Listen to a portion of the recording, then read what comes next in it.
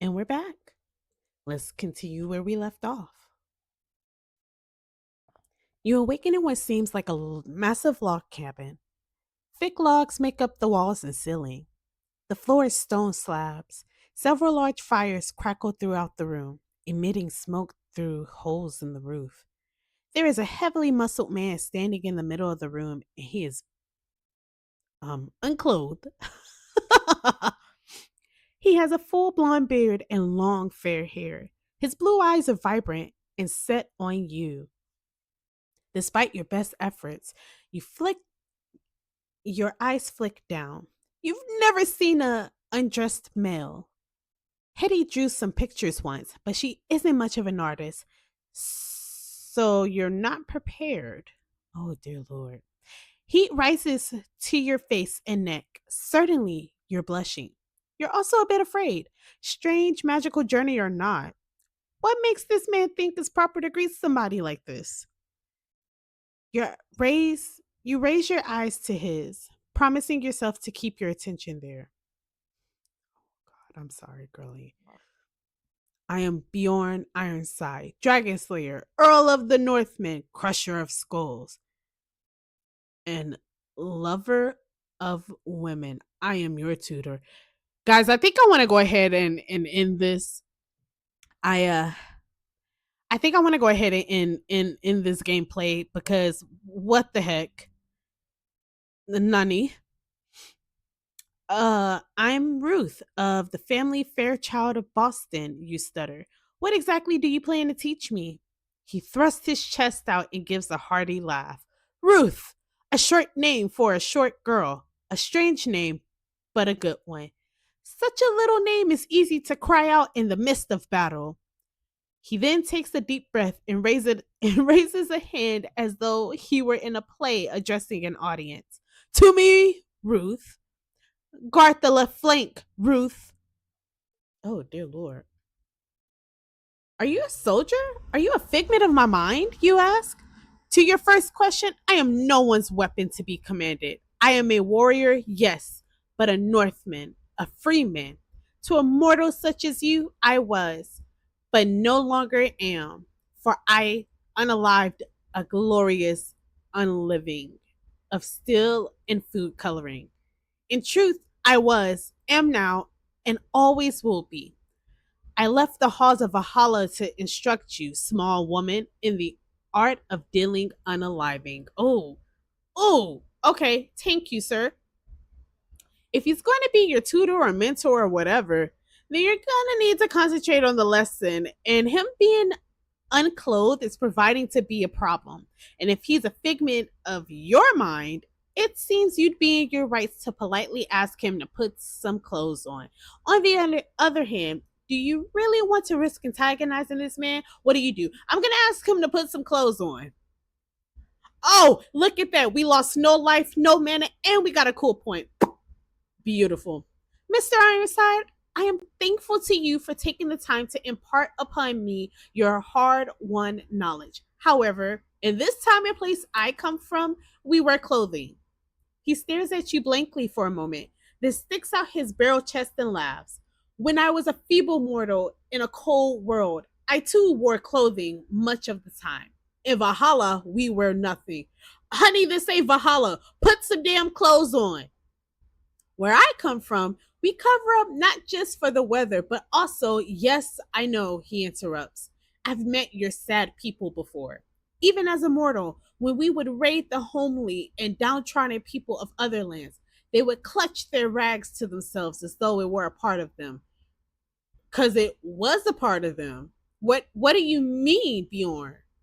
I suppose it is difficult to explain. Your senses trails off.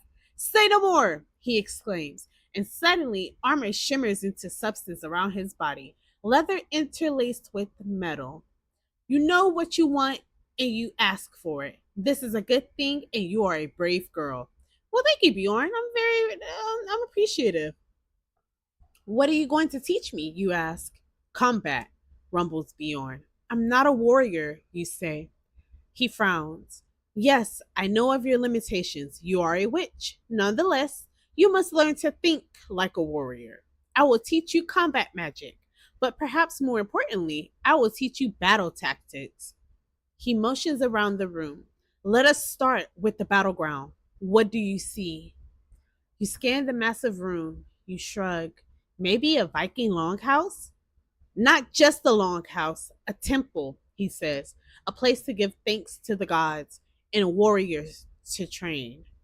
That would explain the food coloring, you ask, pointing to the dark stains on a slightly raised rock platform in the middle of the room. He smiles grimly. Is this place really real or a memory of yours? Am I really here, you ask? Am I really here? He echoes mockingly. Oh, hell no, Bjorn. Me and you gonna have some problems. A question asked by thinking men for thousands of years. What do you think? What do you say? I am in my own dream. Hey! And we increased our cool point by one. Let's go. We love it here. You make your best guess. This is my mind, you say, like a dream, and with some practice, I ought to be able to control it. He nods with a smile. This is what magic is, controlling and harnessing your inner self. Ooh, okay. You and I share this dream. I can control my dreams. Can you? He asks. Before you can answer, he puts up a hand. To start, let us see if you can change the field of battle. Oh, the field of battle? Who's gonna battle here, you ask? You will be tested, he says with a smile. Now I will allow you a little control over our shared dream. You may attempt to change the field of battle to one of your choosing. Oh, thanks, Bjorn. You consider this. You don't particularly like Bjorn's fighting longhouse, but over the last few minutes, it has become somewhat familiar to you. Still, perhaps with some concentration, could change the setting. A few places come to mind. The most familiar place is your own house back in Boston. It's a large house, but you know every nook and cranny. Another place that pops in your head is the beach. You have always found the beach to be a peaceful place. Another familiar place is Miss Petrovsky's dance studio, where you have spent countless hours back in Boston. Finally, there's the stateroom back on the ship. I think that I'll choose do not tell me, show me, he interrupts. Show me that you can control your inner world. What do? Baby, we're going to our house. No! Well, actually, that's okay. We only lost one mana point, but our cool increased by 2 points. You concentrate on your house in Boston. This is not hard to do. You have lived there since you were born. Soon you are in the middle of your living room. The furniture is all arranged exactly as you remember, and you can even smell the bleach wafting from the kitchen, from your mother, the obsessive homemaker. However, your mother is nowhere to be seen. Bjorn steps stands near the sofa, a grin on his face. Well done, he says. Your first guess, and you have chosen a battlefield that is complex enough to provide cover and choke points. Yet, it is familiar to you, but not to an enemy. You do a curtsy and thanks. Choose your battleground wisely if you can. And if it's your enemy that chooses, try to guess why he chooses it, says Bjorn. That may give you a clue to what tactics he will use. Remember, when you are outmatched, as certainly as a feeble mortal such as yourself will often be, surprise is the key to victory. Oh, sheesh. Okay, I love this. I'm enjoying this chat. Let's keep going. Now I understand that you have seen much combat for such a young and small woman, says Bjorn, as he watches you carefully. You have already faced fearsome enemies, yet it is certain you will face more. Your current combat spells are pathetic. I will teach you another, something your enemies will never expect. He is silent for a few several seconds as he stares at you. Yes, I would like that very much, you say. He nods thoughtfully. I have a few options I could teach you. Let's see how perceptive you are. For you, what would be the most advantageous spell to defend yourself with? You shrug. How about an unstoppable and invulnerable to everything spell? Ruthie, what the hell? Take this seriously, girl. There is no such spell for you. Such spells are for the gods. He takes on a menacing rumble. Do you think you are a god? Well, you ask me, you mutter. Lightning, he says. Although taxing in your power, you could smite your enemies with lightning. Or perhaps you would prefer speed on foot. I could teach you to instill yourself with great speed, and then there is strength. There is a fine spell you could cast to invigorate your muscles with strength beyond any man. He pauses as though to give you some time to consider. You clear your throat. Oh, well, I will test you again, he booms. These are all fine spells, but consider what I have taught you so far. What is the best spell for you? All right, gang. So we don't need a strength spell. We don't need one of those at all. And for me, it's only because we're not gonna need to be strong in order to be well, I don't want to say we don't need to be physically strong, but A, we're kind of slow. And B, we're gonna need something that's gonna be able to get us get our enemies out of our way as quickly as possible. I'm debating between either doing a lightning spell, but that's going to cost a lot of mana. We could, however, do a speed spell to get out of the way and use the spells that we've used so far with the speed spell. So we could go zap, one way, blast, zap, one way, blast. Oh, yeah, absolutely. I choose the speed spell, you say. And why is that? He asks. I am small and am already pretty fast. With the spell, I could be even faster, you say. Bjorn frowns. And it is versatile, you quickly add. I can use it to run away or for attack, and it makes me harder to hit. Whatever you say, what you say is true. However, your enemies will not be surprised to see a little woman that is quick, Bjorn says. Pick another. So I think now, guys, we're going to have to pick the strength spell. I choose the strength spell, you say. Bjorn nods. That's better. And why do you choose strength? My enemies will not expect it. My enemies will not expect a small girl to be strong, you say. Bjorn rewards you with a brilliant smile. That's better. When outmatched, as certain as a feeble mortal such as myself will be, surprise is the key to victory, you say. Finally, my lesson comes to you. You can learn. This is good, he says. Chat, we did it. Oh, Jesus. So we lost 4 mana, but that's okay. Bjorn teaches you the strength spell. This boils down to you concentrating on a memory that makes you angry, mixing that emotion with the magical power within you, then passing this fusion into your muscles. At first, you think it would be a simple spell, but you get the mix all wrong. The first time you get close to getting it right, you have an involuntary muscle spasm that makes you leap to the side, sliding over the dining room table and onto the floor. This is definitely not a dream. That hurt. At first, to provoke anger, you summon the memory of Brian lying unalived in the cabin after the children of Reshketh attacked. After a few failed attempts, Bjorn suggests another memory. In the end, it is the memory of Afrit, that child of Reshketh, who impersonated your uncle back in the mansion. Oh, let me tell y'all about me and Afrit. Me and him are gonna have to fight. Where I can't wait to get back. I can't wait. I can't wait. Because if we get to fight him like this, oh yeah, fist to face, fist to face.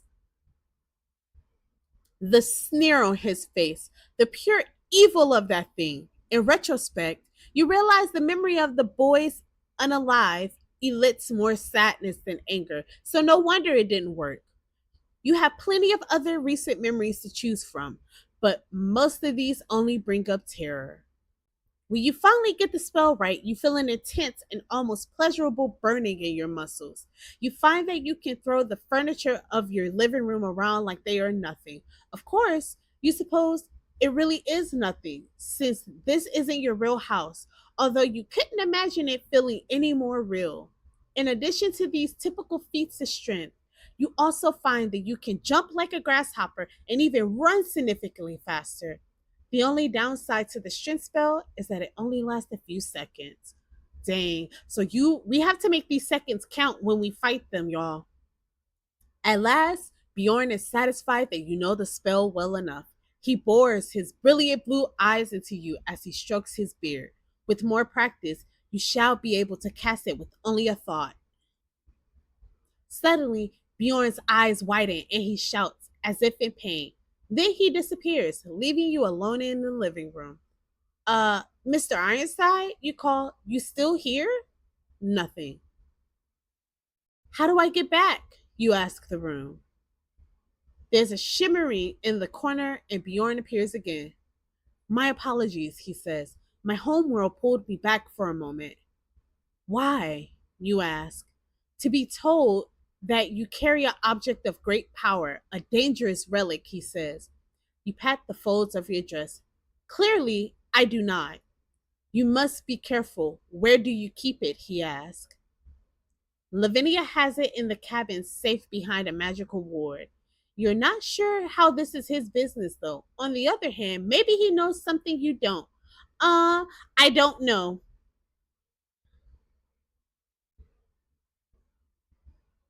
I don't know where it is, you say. Bjorn lips curls up.